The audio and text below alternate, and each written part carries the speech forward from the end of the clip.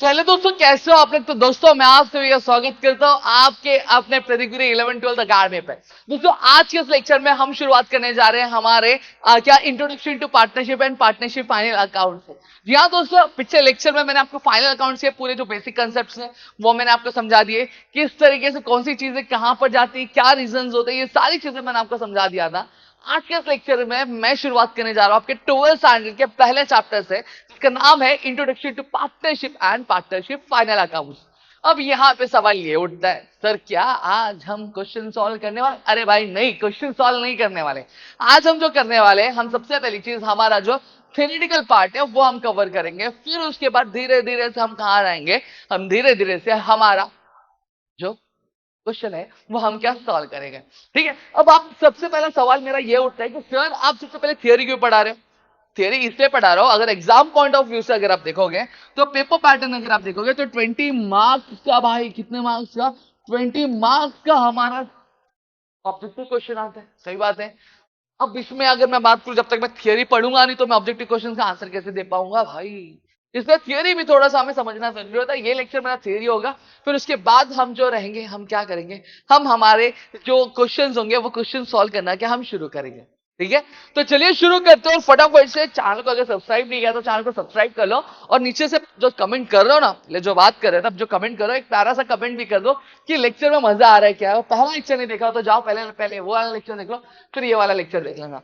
ठीक है, चलिए एक एक करके यहाँ पे हम लोग चीजें शुरुआत करते हैं। यहाँ पे जो मैं बात करता हूँ, तो हमने हमारे प्रीवियस लेक्चर में मैंने आपको फाइनल अकाउंट्स बताया था, और प्रीवियस स्टैंडर्ड में हमने फाइनल अकाउंट सीखा भी था।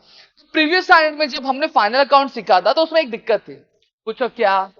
तो बोलो क्या दिक्कत ये थी कि हमने वहां पर सोल ट्रेडिंग फर्म का एक फाइनल अकाउंट कैसे मेंटेन करना है, यह चीज हमने सीखी थी। और आज हम 12th स्टैंडर्ड में आ चुके हैं, तो 12th स्टैंडर्ड में हम जो फाइनल अकाउंट सीखने वाले वो पार्टनरशिप फाइनल अकाउंट सीखने वाले हैं। अब दोनों में फर्क क्या, मैं एक एक करके समझाऊंगा, समझूंगा नहीं समझाऊंगा। ठीक है, लेकिन सबसे पहली चीज ये समझ लो, यहाँ पे अगर मैं बात करूं, हमने पढ़ा हमारे 11th स्टैंडर्ड में कि ऑर्गेनाइजेशन बहुत अलग अलग तरीके की होती है। सही बात है। जैसे सोल ट्रेडिंग फर्म होता है, पार्टनरशिप फर्म होता है, जॉइंट स्टॉक कंपनीज होती है, क्योंकि जॉइंट इंटू फैमिली होती है।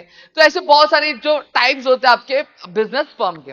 अब यहाँ पे क्या हुआ, मैं अकेला बंदा भाई, इतना शरीफ बंदा, ठीक है, मैंने क्या किया, मैंने एक ऑर्गेनाइजेशन खोली जिसमें मैं अकेला मालिक था। ठीक है, मजे भी कर रहा था भाई, प्रॉफिट होता तो अकेला भाई, अकेला प्रॉफिट उठाता था। ठीक है, कोई बोलने बोलने वाला था नहीं। चलती थी बिजनेस की तो किसकी चलती थी, सिर्फ मेरी चलती थी। मेरे बिजनेस की बात कभी लीक भी नहीं होती थी। जो भी डिसीजन लेना चाह रहता था मैं क्विक ले लेता था। क्यों? क्योंकि कोई और बोलने वाला नहीं रहता था। लेकिन अब क्या हो गया, अब ये जो मेरी दुकान चल रही थी, क्या चल रही थी, मेरी जो दुकान चल रही थी वो मेरे सिटी के अंदर ही चल रही थी। लेकिन अब भैया मुझे क्या करना था, मेरा बिजनेस एक्सपांड करना था, मेरा बिजनेस मुझे बड़ा करना था। तो अब मुझे क्या करना पड़ेगा, बिजनेस एक्सपांड करने के लिए क्या चाहिए, सबसे पहली चीज हमने देखा बिजनेस को और बड़ा करना है तो उसमें हमें इन्वेस्टमेंट करना पड़ेगा, यानी पैसे लगाने पड़ेंगे। तो क्या लाना पड़ेगा, कैपिटल लाना पड़ेगा।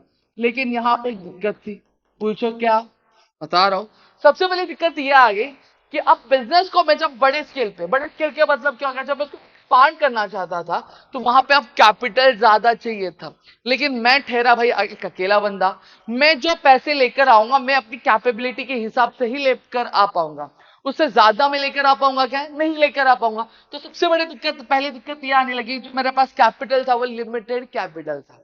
अब दूसरी चीज क्या थी, दूसरी चीज ये थी कि बिजनेस बड़ा होगा। ठीक है, जब बिजनेस बड़ा होगा तो हर जगह मैं नहीं रह सकता। अब बिजनेस जब छोटा था तो मैं अकेला सारी चीजें मैनेज कर पा रहा था, लेकिन अब बिजनेस बड़ा हो गया, अभी वहां पे भी बंद में चाहिए, वहां पे भी मैं चाहिए, यहाँ पे भी मैं चाहिए, तो हर जगह तो मैं अवेलेबल नहीं हो सकता था। मेरे अंदर भूत तो है नहीं कि मैं ऐसा लूंगा और ऐसा अलग अलग कर दूंगा, नहीं ना भाई। तो मैं हर एक चीज प्रॉपर्ली मैनेज कर पाऊंगा नहीं, प्रॉपर्ली मैनेज नहीं कर पाऊंगा। तो जो मैनेजरल एबिलिटी भी थी वो भी क्या थी भाई, लैक कर रही थी। ये भी एक दिक्कत आ गई। एक और दिक्कत थी, पूछो क्या, बता रहा हूं। तीसरी मेरी यहाँ पे दिक्कत थी कि अब जब मैं अकेला बिजनेस चला रहा था तो मैं अकाउंट्स भी अकेले संभालता था। ठीक है, मैं अपने बिजनेस की मार्केटिंग भी अकेले करता था। अगर मुझे कोई स्टाफ रख रहा था तो उसको हायर भी मैं अकेले कर लेता था। ठीक है, मतलब जितनी भी बेसिक एक्टिविटीज होती थी वो सारी चीजें मैं कर लेता था। लेकिन अब भाई बिजनेस बड़ा हो रहा है ना, मैं सारी जगह रह सकता हूँ क्या? सारी जगह नहीं रह सकता हूँ। और क्या अब जुगाड़ पे जिंदगी चलेगी? नहीं, जुगाड़ पे जिंदगी नहीं चलेगी। अब मुझे क्या चाहिए? अब मुझे कुछ स्पेशलाइज लोग चाहिए। क्यों भाई? बिजनेस में इतना पैसा लगेगा तो नुकसान होएगा तो कैसा चलेगा? नहीं चलेगा ना। तो अब मुझे ऐसे स्पेशलाइज लोग चाहिए। जो एक ऐसा अकाउंटेंट चाहिए जो भाई मेरे पूरे अकाउंट्स को अच्छे से मेंटेन करके रखे। एक ऐसा बंदा चाहिए जो मेरे स्टाफ को अच्छे से रख सके, सारे प्रोविजन को फॉलो कर सके। हाँ या ना? हाँ। तो ये सारी क्वालिटीज क्या एक अकेले बंदे मेरे में है? अगर होती भी, सर्वगुण संपन्न में अगर होता भी, लेकिन पॉसिबल नहीं ना हर जगह रहो। तो यहाँ पे क्या स्पेशलाइजेशन लैक कर रही थी। अब बंदा 10 एक्टिविटी करेगा तो 10 एक्टिविटी अच्छे से परफॉर्म कर पाएगा? नहीं परफॉर्म कर पाएगा। कभी भी एक बंदे को अगर आप एक काम देते हो तो वो उस पर्टिकुलर काम में बहुत अच्छे से फोकस कर पाएगा और बहुत एफिशिएंसी से काम कर पाएगा। और जब मैं अकेला सारे काम करूंगा तो क्या मैं एफिशिएंसी से कर पाऊंगा? नहीं, नहीं कर पाऊंगा। तो यहाँ पे दूसरी चीज क्या, तीसरी चीज क्या थी? स्पेशलाइजेशन थी। वो भी क्या कर रही थी? वो भी लैक क्या कर रही थी? समझ में आ गया कि नहीं आ गया? तो ऐसी दिक्कतों का सामना मुझे करना पड़ रहा था। और मैंने सोचा सोचा सोचा सोचा अब करूं तो करूं क्या? कि बिजनेस तो चलाना है, बिजनेस को तो मैं हटा नहीं सकता और बिजनेस मुझे बड़ा करना ही है। तभी मेरी दिमाग की बत्ती जली और मेरे मेरे एक दोस्त की मुझे याद आई। क्या आई? मेरे एक दोस्त की याद आई जिसने मुझे आज से कई साल पहले, जब डायनासोर रहा करते थे, तब उसने मुझे क्या कहा? उसने मुझे एक प्रपोजल दिया था कि भाई जब अगर तू बोलेगा तो मैं भी क्या कर सकता हूँ, मैं भी तेरा बिजनेस क्या ज्वाइन क्या कर सकता हूँ। तो मुझे मेरी वो दोस्त की याद आई और मैंने मेरे दोस्त को क्या फोन घुमाया और मेरा दोस्त फोन करके बोलता है मैं आया आया और मैं आ गया और वो मेरे पास क्या पहुंच गया। और जब वो मेरे पास पहुंचा तो मैंने बोला भाई देख, मेरी ऑलरेडी मैंने बिजनेस सेटअप किया। अब मैं बिजनेस को क्या करना चाहता हूँ? एक्सपांड करना चाहता हूँ। मैं बिजनेस को क्या करना चाहता हूँ? बड़ा करना चाहता हूँ। तो अब मुझे क्या चाहिए? अब मुझे तेरी जरूरत है। सही बात है। वो रेडी हो गया। क्या हो गया? रेडी हो गया। बोलता है कि हाँ भाई तू बोल और मैं आऊं। नहीं, ऐसा कभी हुआ है? ऐसा कभी नहीं हुआ है। तो अब हम दोनों क्या हो गए? रेडी हो गया। और अब जो बिजनेस है वो क्या अकेले हम दोनों चला रहे थे? अकेला क्या मैं चला रहा था? नहीं। अब बिजनेस एक्टिविटी परफॉर्म करने के लिए कितने लोग हो गए थे? दो लोग हो गए। क्या हो गए थे? दो लोग। तो क्या अब भी मेरा जो बिजनेस है वो सोल ट्रेडिंग फर्म कहलाएगा? नहीं। अब जो मेरा बिजनेस होगा वो क्या कहलाएगा? वो पार्टनरशिप फर्म कहलाएगा। क्या कहलाएगा? एक पार्टनरशिप फर्म क्या कहलाएगा? सवाल ये उठता है सर पार्टनरशिप फर्म होता है क्या है? पार्टनरशिप फर्म दोस्तों देखो, जैसे मैंने क्या कहा, मैंने कहा कि पहले मैं था अकेले बिजनेस एक्टिविटी परफॉर्म कर रहा है, लेकिन अब जो बिजनेस एक्टिविटी परफॉर्म होगी क्या मैं अकेला करूंगा? नहीं। आप कितने लोग करेंगे? दो लोग करेंगे। क्या करेंगे? दो लोग करेंगे। तो इस तरह की ऑर्गेनाइजेशन हम क्या बोलते हैं? पार्टनरशिप फर्म बोलते हैं। मतलब सीधी सादी भाषा में कहूं कि जब कभी भी क्या होता है, जब कभी भी किसी ऑर्गेनाइजेशन में जब बिजनेस एक्टिविटीज जो होती है वह एक से ज्यादा लोग करते हैं, मतलब कम से कम दो लोग करते हैं, तो उस तरह की ऑर्गेनाइजेशन को हम क्या बोलते हैं? पार्टनरशिप फर्म बोलते हैं। क्या बोलते हैं? पार्टनरशिप फर्म बोलते हैं। अब कम से कम पार्टनरशिप फर्म के क्राइटेरिया क्या? अगर आप चाहते हो कि आपकी ऑर्गेनाइजेशन को हम पार्टनरशिप फर्म बोले तो सबसे पहली क्राइटेरिया ये होती हो कि कम से कम आपके बिजनेस जो एक्टिविटी परफॉर्म कर रहे हो वो परफॉर्म कम से कम दो लोगों के द्वारा की जानी चाहिए। मतलब कम से कम कितने ओनर्स होने चाहिए? कम से कम दो ओनर्स चाहिए। मैक्सिमम अगर मैं बात करूं तो मैक्सिमम आप रख सकते हो, लेकिन अगर मैं आपकी किसकी कंपनीज एक्ट की अगर मैं बात करता हूं, ठीक है, कंपनीज एक्ट 2013 की बात करता हूं, जो आपके 2014 का अमेंडमेंट, अमेंडमेंट मतलब क्या हुआ था? रूल्स में जब कभी भी चेंज होता है तो उसको हम लोग क्या बोलते हैं? अमेंडमेंट बोलते हैं। कंपनीज एक्ट, ठीक है,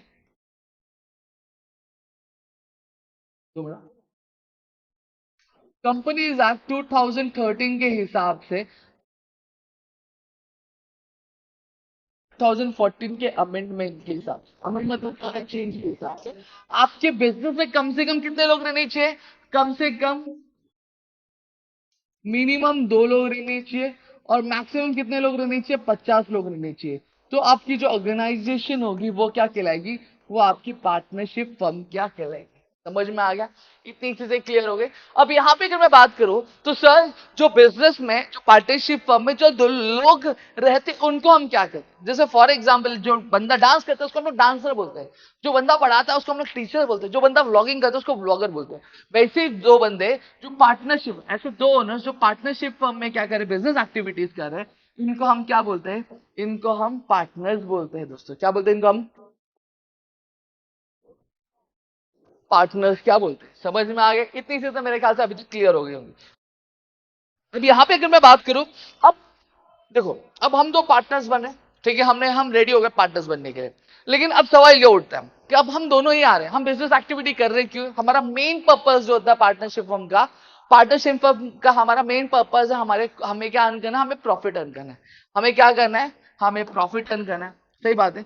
अब दिक्कत ये हो जाएगी कि देखो बिजनेस है, कभी प्रॉफिट हो सकता है, कभी लॉस हो सकता है। सही बात है। अब दिक्कत ये है कि अगर बिजनेस में अगर कोई प्रॉफिट होता है तो मेरे पास, मैं प्रॉफिट में से कितना हिस्सा लूंगा, और मेरा जो दोस्त है वो प्रॉफिट में से कितना हिस्सा लेगा, ये भी तो डिसाइड करना पड़ेगा। सही बात है।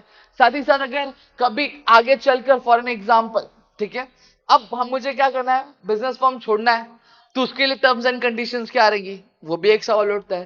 तो तीसरी चीज ये है कि देखो बिजनेस में मैंने ऑलरेडी कैपिटल लगाया था, अब ये दूसरा बंदा आएगा तो इसको भी तो कैपिटल लेकर आना पड़ेगा, हाँ या ना? तो कितना कैपिटल लेकर आना पड़ेगा? तो इसमें बहुत सारे टर्म्स एंड कंडीशंस होती है। सही बात है, हाँ या ना? बहुत सारी टर्म्स एंड कंडीशंस होती है जब हम पार्टनरशिप फर्म क्या फॉर्म करते हैं। तो ये सारी टर्म्स एंड कंडीशन हमें पहले से ही डिसाइड करके क्या रखने पड़ेंगे। अब ये सारी जो टर्म्स एंड कंडीशन क्या हम ओरली अगर डिसाइड करके रखे तो चलेगा? हाँ भाई चलेगा। लेकिन एक दिक्कत यहाँ पे क्या आ जाएगी? दिक्कत ये आ जाएगी, कल को अगर मेरे और मेरे दोस्त के बीच में लड़ाई हो गया, झगड़ा हो गया, यानी डिशुम डिशुम मैटर हो गया, तो भाई हम करेंगे कैसे? ठीक है, हम चीजों को बंटवारा कैसे करेंगे? ये अपनी बात पे मुकर जाएगा तो मैं तो क्या करूं, मैं तो रोड पे आ जाऊंगा। सही बात है। तो इस वजह से मैं क्या करता हूं, मैं सीधी सीधी बात करता हूं, मैं ये जितने भी सारे जो टर्म्स एंड कंडीशंस है वो सारी चीजें मैं लिखवा लेता हूं रिटर्न फॉर्म में। क्या लिखता हूं? रिटर्न फॉर्म में क्या लिखवा लेता हूं। सही बात है। और वो रिटर्न फॉर्म में क्या लिखवा लेता हूं, तो मेरे पास एक डॉक्यूमेंट रेडी हो जाता है। तो ऐसा कोई भी डॉक्यूमेंट जिसमें आपके पार्टनरशिप फर्म के सारे टर्म्स एंड कंडीशंस क्या लिखे रहते हैं, उसको हम लोग क्या बोलते हैं? पार्टनरशिप डीड बोलते हैं। क्या बोलते हैं? Partnership deed. क्या चीजें क्लियर हो गई? तो पार्टनरशिप डीड का मतलब क्या होता है? The document containing partnership agreement among the partner is called as partnership deed. सही बात है कि मेरे और मेरे दोस्त के बीच में कितना प्रॉफिट शेयर होगा, ठीक है, मेरा दोस्त जो रहेगा कितना कैपिटल लेकर आएगा, अगर उसको बिजनेस छोड़ना है तो बिजनेस छोड़ने के लिए क्या टर्म्स एंड कंडीशंस रहेंगी, ये सारी चीजें मैंने एक डॉक्यूमेंट में लिखा ली। तो उस डॉक्यूमेंट को मैं डॉक्यूमेंट नहीं बोलूंगा, उस डॉक्यूमेंट को मैं क्या बोलूंगा? पार्टनरशिप डीड बोलूंगा। तो पार्टनरशिप डीड मतलब क्या होता है? ऐसा कोई भी डॉक्यूमेंट जिसमें हमारे पार्टनरशिप की सारी जो एग्रीमेंट्स जो पार्टनर्स के बीच में हुई रहती है, उसे हम क्या रिटर्न फॉर्म में लिखते हैं, उसे हम क्या बोलते हैं? पार्टनरशिप डीड बोलते हैं। क्या बोलते हैं उसको हम लोग? पार्टनरशिप डीड क्या बोलते हैं। इतनी चीजें क्लियर हो गई होंगी, ठीक है। फिर उसके बाद मैंने आपको बताया, अब कुछ चीजें यहाँ पे आपको समझनी जरूरी है।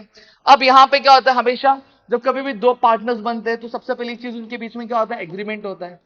क्या होता है? एग्रीमेंट। अब मैंने बताया agreement might be in oral form या फिर वो रिटर्न फॉर्म में हो सकता है, लेकिन ज्यादा जो सिक्योर होता है वो रिटर्न फॉर्म का सिक्योर होता है।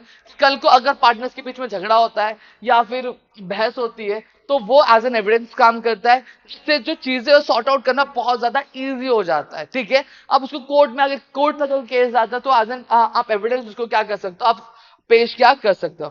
फिर उसके बाद मैंने बताया नंबर ऑफ पार्टनर्स के, मैंने बताया कि अगर आप चाहते हो कि आपका जो बिजनेस है वो क्या कहलाना चाहिए, वो आपका एक पार्टनरशिप फर्म कहलाना चाहिए। तो मैंने बताया कि जो मिनिमम आपके कितने मेंबर्स होने चाहिए कम से कम बिजनेस में, होने चाहिए। मैक्सिमम कितने होने चाहिए? मैक्सिमम 50 होने चाहिए। किसके हिसाब से?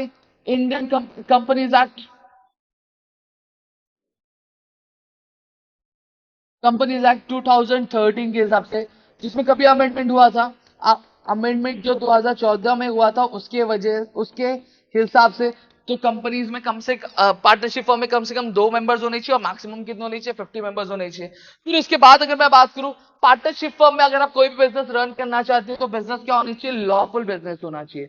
मतलब गवर्नमेंट के द्वारा वो जो बिजनेस है इलीगल डिक्लेयर नहीं होनी चाहिए, तभी वो क्या कहलाएगी? अच्छा पार्टनरशिप फर्म कहलाएगा। सही बात है। आप पता चल रहा है आप लोगों को मारने का क्या कर रहे हो? बिजनेस चालू कर रहे हो। ठीक है।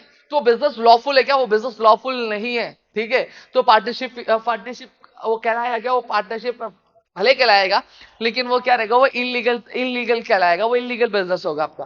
ठीक है। फिर उसके बाद आता है sharing of profit and loss. अब सबसे बड़ा सवाल होता है, अब यहाँ पे क्या होता है कि फॉर एन एग्जाम्पल मैं और मेरे दोस्त होते, ठीक है। अब हमने क्या किया रहता, हमने लिख लेता हूं पहले। ठीक है, मैं और मेरा दोस्त है और हम दोनों ने मिलकर क्या खोला, पार्टनरशिप फर्म तो खोल दिया। लेकिन हमने बातों बातों में क्या किया, हमने बातों बातों में डिसाइड ही नहीं किया, एग्रीमेंट में लिखा ही नहीं कि अगर पार्टनरशिप फर्म में अगर कोई भी प्रॉफिट होता है तो किसको कितना हिस्सा जाएगा। तो यहाँ पे रूल क्या बोलता है, रूल ये बोलता है अगर आपके पार्टनरशिप डीड में अगर ये चीज मेंशन नहीं है कि किसको कितना प्रॉफिट मिलना चाहिए, तो उस कंडीशन में जो प्रॉफिट का जो हिस्सा होगा वो क्या होगा, इक्वली डिस्ट्रीब्यूट होगा। क्या होगा आपका, इक्वली डिस्ट्रीब्यूट होगा। ठीक है, जैसे फॉर एग्जांपल अगर 100 रुपया प्रॉफिट हो रहा है तो ए पार्टनर को कितना मिलेगा, 50 रुपया मिलेगा, और बी पार्टनर को भी कितना मिलेगा, 50 रुपए क्या मिलेगा। समझ में आ गया। लेकिन एक कंडीशन ऐसा है जहां पे फॉर एन एग्जांपल अगर पार्टनरशिप डीड में ये पहले से मेंशन है कि अगर फॉर एन की जो प्रॉफिट जो भी होगा उसका इतना परसेंट ए पार्टनर को मिलेगा और उसका इतना परसेंट बी पार्टनर को। जैसे फॉर एग्जांपल अगर मैं बात करूं, पार्टनरशिप डीड मेंशन है कि जो ए पार्टनर है वो बिजनेस का 60% का प्रॉफिट लेगा और वहीं जो बी पार्टनर है बिजनेस का 40% का ही प्रॉफिट लेगा। तो जब प्रॉफिट होगा तो वहां पे क्या होगा, जैसे फॉर एग्जांपल अगर मैं बात करूं प्रॉफिट 100 रुपए का हुआ तो ए पार्टनर को कितना मिलेगा, 60 मिलेगा, और बी पार्टनर को कितना मिलेगा, 40% क्या, 40 रुपीज क्या मिलेगा। समझ में आ गया। अगर पहले से डिसाइडेड है तो, अगर नहीं डिसाइडेड हो तो क्या होगा, सीधी सीधी बात है, जो पार्टनर्स के बीच में जो प्रॉफिट होगा वो क्या होगा, इक्वली डिस्ट्रीब्यूट क्या होगा। फिर क्या आता है, अनलिमिटेड लाइबिलिटी आता है। सही बात है, जब आप पार्टनरशिप फर्म रन करते हो तो सीधी साधी बात मैं आपको बता देना चाहता हूं कि जो आपकी लाइबिलिटीज होगी वो भी क्या होगी, अनलिमिटेड होगी। ठीक है, अनलिमिटेड लाइबिलिटी मतलब क्या होता है, जब कभी भी आपका बिजनेस बंद हो रहा है और बिजनेस बंद हो रहा है बहुत बड़े लॉस की वजह से बंद हो रहा है और यहाँ पे बिजनेस का जो भी पैसा था वो सब खत्म हो गया। क्या हो गया, बिजनेस का सारा पैसा खत्म हो गया लेकिन कर्जा अभी तक क्या छुट्टा नहीं हुआ। तो उस कंडीशन में जो दो पार्टनर्स थे या फिर जो भी पार्टनर्स थे उनकी पर्सनल प्रॉपर्टी भी क्या यूज की जाएगी, पार्टनरशिप फर्म के जितने भी कर्जे थे उनको क्या छुट्टा करने के लिए। ठीक है, ये एक पहला कंडीशन हो गया। दूसरा कंडीशन क्या होता है, दूसरा कंडीशन ये हो सकता है जैसे मैं और मेरा दोस्त, ठीक है, हम दोनों पार्टनर्स हैं, हमारे पार्टनरशिप फॉर्म में एक बहुत बड़ा लॉस हमें क्या देखने मिल गया। अब क्या करेंगे, अब भाई मेरा एक दोस्त जो मेरा पार्टनर बना था अब वो तो कर्जे भरते भरते कंगाल हो गया। सही बात है। अब लेकिन फिर भी उसके हिस्से का जो मान लेते 1 लाख रुपीज क्या हो गया, 1 लाख रुपीज अभी भी बाकी है क्या देना। और लेकिन वो क्या हो गया, उससे पहले ही कंगाल हो गया। अब क्या, वो 1 लाख रुपया क्या हम छुट्टा नहीं करेंगे, हम छुट्टा करेंगे। भले वो कंगाल हो गया लेकिन अभी मेरे पास तो अभी भी पैसा है ना। तो जो उसका उसके हिस्से का जो 1 लाख रुपया, वो 1 लाख रुपया कौन भरेगा, मैं भरूंगा। मेरे पास मेरे ऊपर ऑलरेडी 8 लाख का कर्जा था, 8 लाख ऑलरेडी भर रहा था, लेकिन जो मेरा पार्टनर था यानी जो मेरा दोस्त था वो कंगाल हो गया लेकिन उसके हिस्से का फिर भी 1 लाख रुपया अभी भी बाकी है पे करना। तो जो 1 लाख रुपया वो अब मैं पे करूंगा, यानी अब मैं कितना पे करूंगा, टोटल 9 लाख रुपीज जो मेरे बिजनेस का लॉस हुआ है वो मैं पे करूंगा। 8 लाख मेरे हिस्से का और 1 लाख जो है मेरा जो पार्टनर था उसके हिस्से का। मतलब कहना क्या चाहता हूं मैं, मतलब कहना ये चाहता हूं कि अगर किसी भी पार्टनरशिप फर्म में अगर दो पार्टनर्स हैं उनमें से एक जो है वो पूरी तरीके से कंगाल हो जाता है लेकिन फिर भी उसके हिस्से का जो नुकसान का जो पैसा था वो अभी तक क्या हुआ, वो जमा नहीं हो पाया। तो जो दूसरा पार्टनर होता है अब उसके ऊपर पूरी जवाबदारी आ जाती है कि वो क्या करे, वो अपने जिसका एग्जिस्टिंग पार्टनर था, जो उसके साथ में पार्टनरशिप फर्म में था, उसका भी जो कर्जा है अब जिसके पास पैसे है उसको क्या पूरा पे क्या करना पड़ेगा। फिर क्या आता है, रजिस्ट्रेशन आता है। अब रजिस्ट्रेशन की अगर मैं बात करूं तो रजिस्ट्रेशन जो होता है वो कंपलसरी एक्चुअली होता नहीं है पार्टनरशिप फर्म का। ठीक है, वो रजिस्ट्रेशन करवा भी सकते हैं और नहीं भी करवा सकते हैं। लेकिन जब मैं महाराष्ट्र की बात करता हूं तो महाराष्ट्र में कंपलसरी बन जाता है कि अगर आप पार्टनरशिप फर्म रन कर रहे हो तो आपके लिए कि आपको क्या रजिस्ट्रेशन करवाना कंपलसरी है। कभी से कंपलसरी हो गया, आपका 1 अप्रैल 2005 से, याद करके रख लो क्या, 1 अप्रैल 2005 से ये कंपलसरी हो गया था आपके पार्टनरशिप फर्म के लिए कि उन्हें महाराष्ट्र में अगर पार्टनरशिप फर्म रन करना है तो उन्हें रजिस्ट्रेशन कराना क्या कंपलसरी है। ठीक है, तो यहां पे मैंने सारी चीज आपको बता दी और साथ ही साथ अब मैं बात करता हूं डिसोल्यूशन की बात करता हूं। अब मैं जब डिसोल्यूशन की बात करता हूं तो डिसोल्यूशन मतलब क्या हो गया, देखो डिसोल्यूशन फॉर्म मतलब क्या होता है, खत्म करना। जैसे फॉर एग्जांपल हम दोनों बिजनेस रन कर रहे थे, ठीक है, अब बिजनेस बंद कौन से कंडीशन में होता है, पार्टनरशिप फर्म खत्म कौन से कंडीशन में होता है। पहला कंडीशन ये होता है कि जो बंदा है वो मर जाए। ठीक है, तो इस कंडीशन में जो है पार्टनरशिप फर्म क्या होगा, डिसॉल्व हो जाएगा, बंद हो जाएगा। ठीक है, दूसरा कंडीशन ये होता है कि जो दूसरा पार्टनर है वो पूरी तरीके से क्या कंगाल हो जाए, ठीक है। और तीसरा तीसरा कंडीशन ये होगा कि अब जो पार्टनर है, दो पार्टनर में से एक पार्टनर का जो बिजनेस में जो इंटरेस्ट है वो क्या हो जाए, अब कम हो जाए, अब उसे ये बिजनेस में और नहीं रहना है। तो इस कंडीशन में क्या बिजनेस क्या होता है, डिसॉल्व हम कर सकते हैं, यानी बंद हम क्या कर सकते हैं, पार्टनरशिप। अब ये मर गया या कंगाल हो गया तो ये केस में तो कुछ नहीं कर सकते। लेकिन ये तीसरा वाला डिसीजन है जहां पे एक जो पार्टनर है जिसका जो इंटरेस्ट है वो बिजनेस में कम हो जा रहा है, तो अब वो बिजनेस को क्या छोड़ना चाहता है, तो उसको कितने दिन पहले बताना पड़ेगा बिजनेस छोड़ने के, तो उसको कम से कम कुछ नहीं तो कम से कम 14 डेज, क्या 14 डेज का पहले क्या नोटिस देना पड़ेगा कि अब मैं और बिजनेस में और नहीं रहना चाहता और बिजनेस को मैं क्या छोड़ना क्या चाहता। ठीक है, तो यहाँ पे मैंने ये वाला पार्ट कवर कर दिया। अब हम आते कुछ प्रोविजंस के सामने, ठीक है। अब इंडियन पार्टनरशिप एक्ट 1932 के कुछ प्रोविजन है उसको हम बात कर लेते हैं। जैसे सबसे पहला प्रोविजन आता है डिस्ट्रीब्यूशन ऑफ प्रॉफिट को लेकर, किसको आता है, डिस्ट्रीब्यूशन ऑफ प्रॉफिट को लेकर आता है। डिस्ट्रीब्यूशन ऑफ प्रॉफिट को लेकर मैंने ऑलरेडी आपको बताया कि जैसे फॉर एन एग्जांपल अगर जो पार्टनरशिप डीड है उस पार्टनरशिप डीड में अगर ये मेंशन है कि किसको कितना प्रॉफिट का कितना हिस्सा मिलेगा तो ठीक है, अगर नहीं मेंशन है तो वहां पे उस कंडीशन में क्या होगा, जो प्रॉफिट का जो बंटवारा होगा वो बंटवारा क्या होगा, इक्वली इक्वली क्या होगा, डिस्ट्रीब्यूट होगा दोनों पार्टनर्स के बीच में।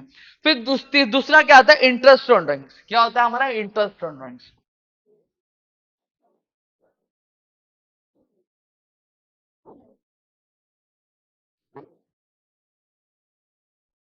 ठीक है। सबसे पहले चीज ड्राइंग्स की बात करें तो ड्राइंग्स मतलब क्या होता है, जब कभी भी बिजनेसमैन क्या करता है, बिजनेस से कुछ चीजें निकालता है, चाहे वो कैश हो सकता है, चाहे वो गुड्स हो सकता है, अपने पर्सनल यूज के लिए, तो उस चीज को हम लोग क्या बोलते हैं, ड्राइंग्स क्या बोलते हैं।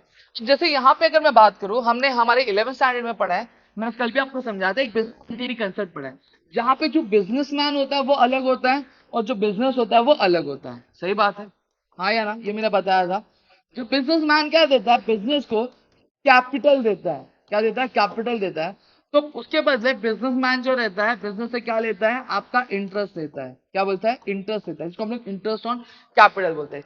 सेम तरीके से जब अगर मैं बात करूं, जब बिजनेस है, बिजनेसमैन क्या लेगा, कोई भी प्रॉपर्टी लेगा या फिर कोई भी कैश लेगा, ठीक है, अपने पर्सनल यूज के लिए, जिसको हम लोग क्या बोलते हैं, ड्रॉइंग्स बोलते हैं। तो यहाँ पे अब बिजनेस भी क्या बोलेगा, भाई देख, जब तूने कैपिटल दिया तो मैंने तुझे क्या दिया, इंटरेस्ट ऑन कैपिटल दिया। अब जब तू मेरे पैसे यूज कर रहा है तो तुझे क्या देना पड़ेगा, तुझे इंटरेस्ट ऑन ड्राइंग्स देना पड़ेगा। समझ में आ गया कि नहीं, समझा, समझा कि तुझे अब ड्राइंग्स पे क्या पे करना पड़ेगा, ब्याज क्या पे करना पड़ेगा। इतनी चीजें क्लियर हो गई। तो अब इंटरेस्ट ऑन ड्राइंग्स को लेकर क्या बोला गया, अगर फॉर एन एग्जांपल कि अब मैंने क्या किया, दो पार्टनर से, दो पार्टनर में से किसी पार्टनर ने क्या किया, बिजनेस की कोई प्रॉपर्टी या फिर बिजनेस का कुछ जो पैसा था वो अपने पर्सनल यूज के लिए क्या बिजनेस में से निकाला। लेकिन अब चीज ये हो गई कि निकाला कब था पैसा अपने पर्सनल यूज के लिए, वो मेंशन नहीं है। हालांकि अब तुमने पर्सनल यूज के लिए पैसा निकाला तो उसके ऊपर आपको इंटरेस्ट तो पे करना ही पड़ेगा, लेकिन डेट ही मेंशन नहीं, हो सकता है वो 1 महीना हो, 2 महीना हो, 3 महीना हो, ठीक है, या फिर ज्यादा भी हो सकता है, लेकिन डेट मेंशन नहीं है। तो इंडियन पार्टनरशिप एक्ट क्या बोलता है, अगर ऐसा कंडीशन है जहां पे पर्सनल यूज के लिए बिजनेस में से पैसा निकाला गया है लेकिन ड्रॉइंग्स का डेट ही मेंशन नहीं है, तो ब्याज कितने दिन का लगेगा, तो वहां पे मैं आपको बता दूं, तो वहां पे ऑन एन एवरेज 6 महीने का हम क्या इंटरेस्ट क्या जोड़ेंगे, कितना जोड़ेंगे, 6 मंथ्स का इंटरेस्ट जोड़ेंगे। अब हो सकता है कि वो जो रेट होगा वो 2 महीने पहले का होगा या फिर 6 साल पहले का होगा, ठीक है, लेकिन मायने नहीं रखता, आपको 6 महीने का इंटरेस्ट क्या कम से कम पे क्या करना पड़ेगा। फिर क्या आता है, इंटरेस्ट ऑन पार्टनर्स लोन। क्या होता है, इंटरेस्ट ऑन पार्टनर लोन, ठीक है। अब क्या होता है, जैसे फॉर एग्जाम्पल मैं लिख देता हूं यहाँ पे,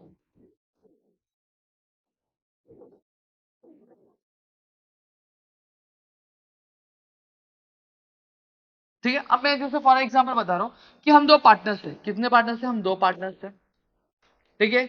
हमने बिजनेस चालू किया, मैंने कितना लगाया, मैंने 1 लाख लगाया, ठीक है, ये भाई ने भी क्या लगा बिजनेस में, 1 लाख रुपए लगाया।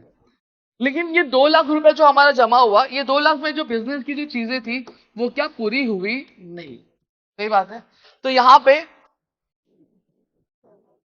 जो बी पार्टनर ने क्या बोला, अभी बिजनेस में कितने की रिक्वायरमेंट है, तो मैंने बोला भाई 50,000 की और रिक्वायरमेंट है, सही बात है।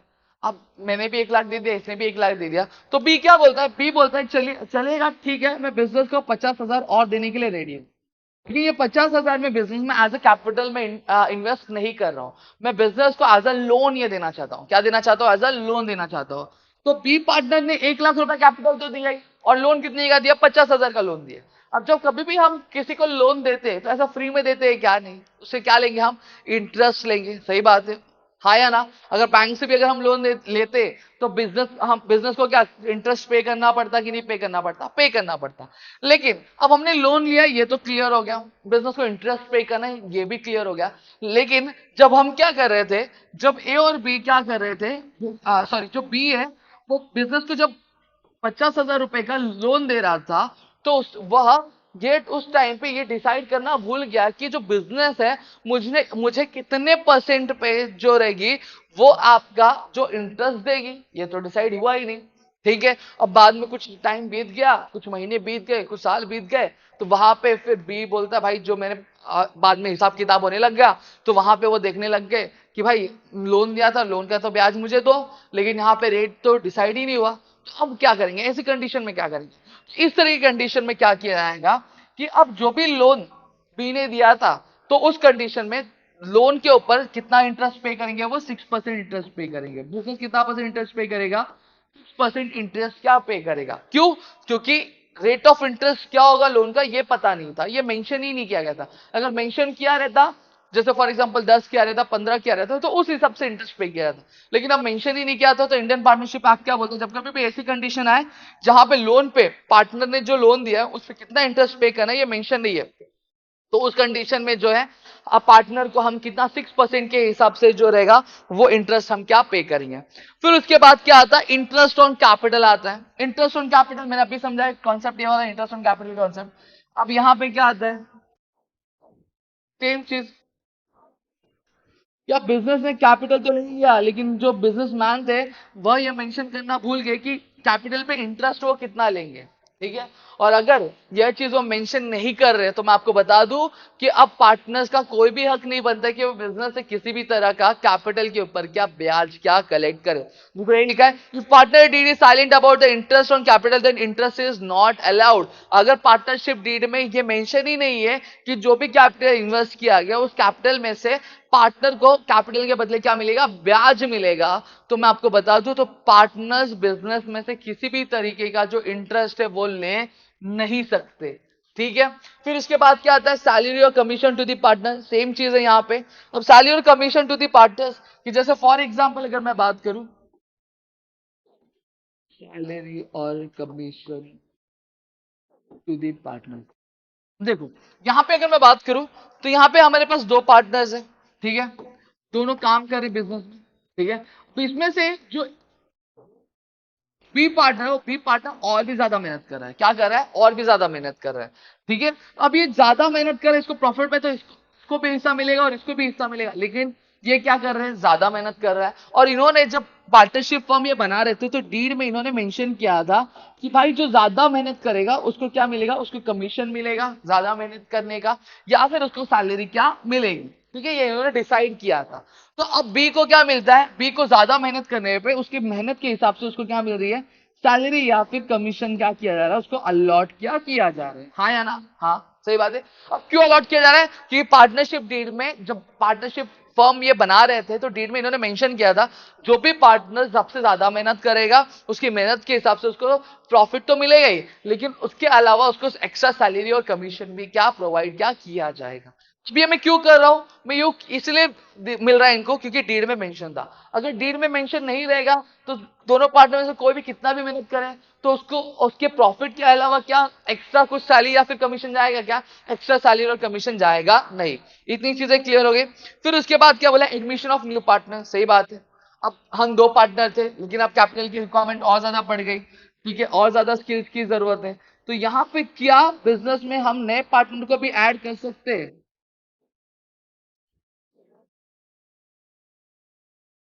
ठीक है, पहले बिजनेस में कितने लोग थे? सिर्फ दो लोग थे। ठीक है, अब हमें और पैसे चाहिए और कैपिटल चाहिए, तो क्या मैं तीसरे बंदे को भी ले सकता हूँ? हाँ, तीसरे बंदे को भी हम एडमिट कर सकते हैं। बिजनेस में नए पार्टनर के तौर पे ला सकता है, लेकिन नए पार्टनर के तौर पे लाने के लिए हमें दोनों भी जो पार्टनर्स है उनका हमें क्या चाहिए रहेगा? उनका हमें कंसर्न चाहिए रहेगा, उनका हमें क्या एग्री, ये दोनों पार्टनर जब एग्री होंगे तभी हम क्या कर सकते हैं, तीसरे पार्टनर को ला सकते हैं। अगर दोनों में से अगर एक भी एग्री नहीं है तो हम ये तीसरे पार्टनर को लेकर आ सकते हैं क्या? तीसरे पार्टनर को लेकर आ नहीं सकते बिजनेस में। इतनी चीजें क्लियर हो गई, डन। तो यहाँ पे मैंने आपको प्रोविजन सिखा दिया, अब मैं आपको सिखाता हूँ मेथड ऑफ कैपिटल अकाउंटिंग। अब देखो दो तरीके के बिजनेस होते हैं, ठीक है। बिजनेस में जो कैपिटल होता है, अब हमने सीखा हमारे लोअर क्लासेस में कि जब कभी भी बिजनेस हम रन करते हैं, हमने बिजनेस में जो कैपिटल डाला रहता है, ठीक है। अगर बिजनेस में प्रॉफिट होगा तो हमारा जो कैपिटल होगा वो बढ़ेगा, अगर बिजनेस में नुकसान होगा तो कैपिटल क्या होगा, हमारा कम होगा। सही बात है, हम यही करते थे ना। जब कभी भी देखो कैपिटल हमारा अमाउंट दिया रहता है, हम बैलेंस शीट बनाते हैं, ठीक है। जब हम बैलेंस शीट बनाते हैं तो यहाँ पे हम कैपिटल का अमाउंट लिखते हैं, हाँ या ना। अगर प्रॉफिट होता था तो हम कैपिटल ऐड करते थे। तो जैसे फॉर एग्जांपल अगर 1 लाख रुपए मेरा कैपिटल था, 10,000 का प्रॉफिट हुआ, तो ऑटोमेटिकली जो मेरी कैपिटल की जो वैल्यू होती थी वो क्या हो जाती थी, बढ़ जाती। तो मेरा कैपिटल कितना हो जाता था, 1,10,000 हो जाता, आया ना। सही बात है। और वहीं पे जो कैपिटल क्या होता है, जब आपका क्या होता है बिजनेस में हमें लॉस होता था, क्या होता था, लॉस होता था, तो ऑटोमेटिकली जो हमारा कैपिटल है वो कम होता था। सही बात है। अब 1 लाख रुपए में से अगर 10,000 क्या हो गया, मेरा नुकसान हो गया, तो मेरे कैपिटल की वैल्यू कितनी हो गई, 90,000 हो गई, आया ना। सही बात है। तो ये इस तरीके का मेथड क्या फॉलो किए जाते थे। तो इस तरीके का मेथड को हम लोग क्या बोलते थे, फ्लक्चुएटिंग कैपिटल बोलते थे। क्या बोलते थे, फ्लक्चुएटिंग कैपिटल मेथड क्या बोलते हैं, ठीक है। जहां पे हमें ये चीज समझ में आती है कि अगर हमारे बिजनेस में अगर प्रॉफिट बढ़ता है, हमें कुछ एक्स्ट्रा सैलरी मिलती है, या फिर बिजनेस हमें कुछ एक्स्ट्रा कमीशन मिलता है, या फिर हमें बिजनेस से कुछ कैपिटल के ऊपर इंटरेस्ट मिलता है, तो हमारा जो कैपिटल होगा उस कैपिटल की जो वैल्यू होगी बढ़ेगी, ठीक है। और वही अगर बिजनेस में कुछ लॉस होता है या नुकसान होता है, या फिर बिजनेस से हमने जो ड्राइंग्स किए थे, या फिर हम ड्राइंग्स के ऊपर हमें ब्याज भरना पड़े, तो हमारी जो कैपिटल होती है वो क्या होती है, कम होती है। तो यहाँ पे क्या होता है, जो कैपिटल का अमाउंट हमेशा सेम रहता है कि हर साल नहीं, वो डिफर करता रहता है। पहले साल में कुछ रहेगा, दूसरे साल में कम भी हो सकता है या फिर ज्यादा भी हो सकता है, तीसरे साल में भी कम भी हो सकता है या फिर ज्यादा भी हो सकता है। तो इस तरह के मेथड को हम लोग क्या बोलते हैं, फ्लक्चुएटिंग कैपिटल मेथड क्या बोलते हैं। और दूसरा जो मेथड होता है उस वो हमारा कौन सा मेथड होता है, वो हमारा होता है फिक्स्ड कैपिटल मेथड होता है। क्या होता है हमारा, फिक्स्ड कैपिटल मेथड। जहां ये जो मेथड फॉलो किया जाता है, तो इस मेथड में जो बिजनेस ओनर्स होते हैं या फिर जो पार्टनर्स होते हैं वो क्या बोलते हैं, वो यह बोलते हैं कि भाई देखो, मेरा जो कैपिटल है उसको एज इट इज रहने दो, उसमें किसी भी तरह की छेड़खानी होनी नहीं चाहिए, ठीक है। अब जो भी मेरा इंटरेस्ट ऑन कैपिटल रहेगा, जो मुझे मिलेगा, या फिर जो भी सैलरी मुझे मिलेगी, जो कमीशन मुझे मिलेगा, या फिर मुझे बिजनेस को जो ड्रॉइंग्स पे करना रहेगा, या फिर इंटरेस्ट ऑन ड्रॉइंग्स पे करना रहेगा, ठीक है, जो भी कुछ चीज है मुझे मिलने वाली रहेगी या फिर मुझे पे करने वाली रहेगी, उन सभी के लिए मुझे आप क्या करो, एक अलग अकाउंट क्या बना दो, क्या कर दो, एक अलग अकाउंट बना दो, मेरे कैपिटल को छेड़ो मत।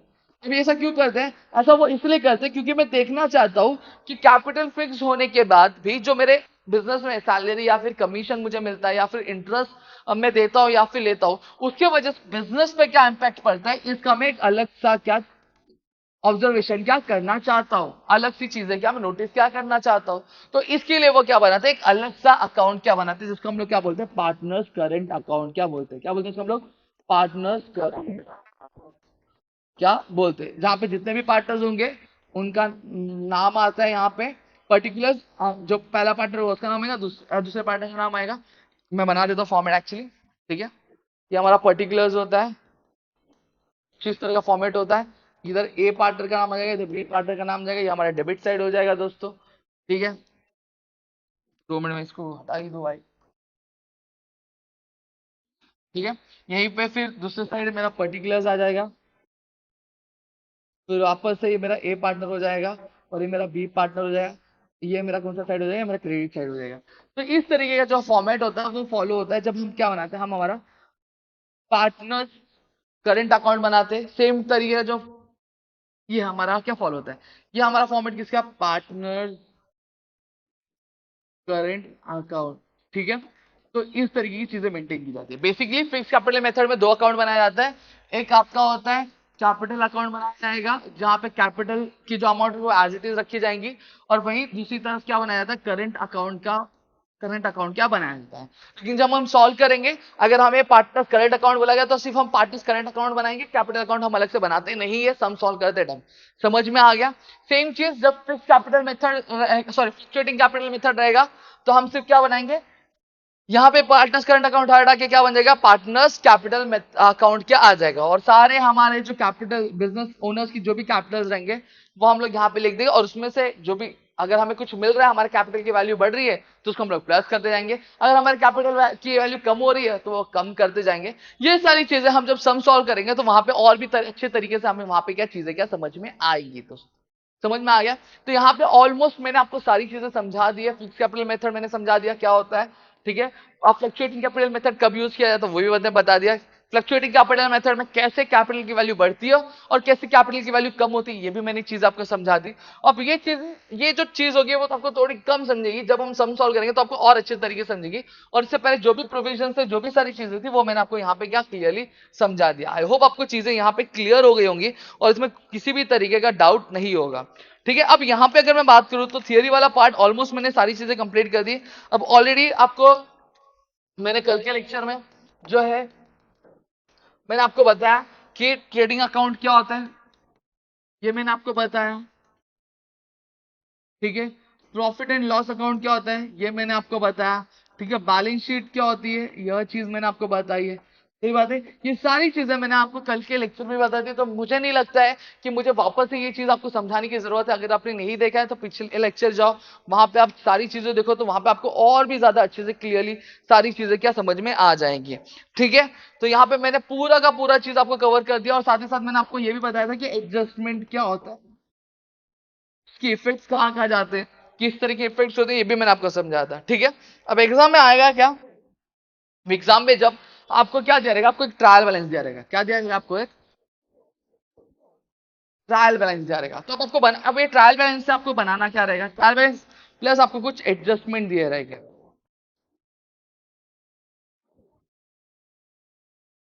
समझ में आ गया। तो अब हमें बनाना क्या रहेगा, सबसे पहली चीज हमें ट्रेडिंग अकाउंट बनाना रहेगा। ट्रेडिंग अकाउंट हम क्यों बनाते हैं, ट्रेडिंग अकाउंट हम इसलिए बनाते हैं ताकि हमारे बिजनेस का क्या ग्रॉस प्रॉफिट है, क्या ग्रॉस लॉस है, ये हमें पता चल सके। फिर हम क्या बनाते हैं, प्रॉफिट एंड लॉस अकाउंट बनाते हैं। प्रॉफिट एंड लॉस अकाउंट हम क्यों बनाते हैं, ताकि हमें बिजनेस का नेट प्रॉफिट और नेट लॉस पता चल जाए।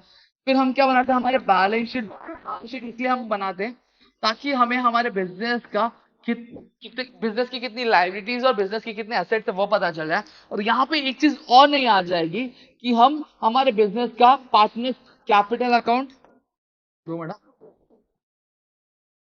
हम हमारे बिजनेस का पार्टनर कैपिटल अकाउंट, या अगर फ्लक्चुएटिंग मेथड यूज होगा तो पार्टनर्स कैपिटल अकाउंट बनाएंगे हम लोग, या फिर हम क्या बनाएंगे, पार्टनर्स करंट अकाउंट क्या बनाएंगे। सवाल ये उठता है कि कब हमें fluctuating capital sorry partners capital account बनाना है और कब हमें पार्टनर्स करंट अकाउंट बनाना है, ये हमें कैसे पता चलेगा। जब हम सम सॉल्व करेंगे वहां पे आपको एक एक करके मैं सारी चीज आपको समझाऊंगा, तो वहां पे आपको चीजें जो होगी वो और अच्छे से क्या समझ में क्या आने लगेंगी। आई होप आपको इतनी चीजें क्लियर हो गई होंगी, इसमें किसी भी तरीके का डाउट नहीं होगा। तो मैंने यहाँ पे आपको ऑलमोस्ट सारी चीजें कवर करने की कोशिश की है। कल से अब हमारे जो प्रैक्टिकल प्रॉब्लम्स हैं, ठीक है, उसके जो लेक्चर्स होंगे वो आपको आना चालू हो जाएंगे, जहां पे हम डेली बेसिस पे ट्राई करेंगे कि हम एक एक लेक्चर में आपके दो दो जो सम्स है वो सॉल्व करें, और ऐसे कुछ एक हफ्ते के अंदर हमारा जो पूरा फाइनल अकाउंट्स होगा वो हम कवर करने की कोशिश करेंगे, ठीक है। चलो दोस्तों, मिलेंगे हमारे अगले वीडियो में, तब तक के लिए घर पे रहो सुरक्षित और अपना ध्यान जरूर रखना दोस्तों। जय हिंद दोस्तों।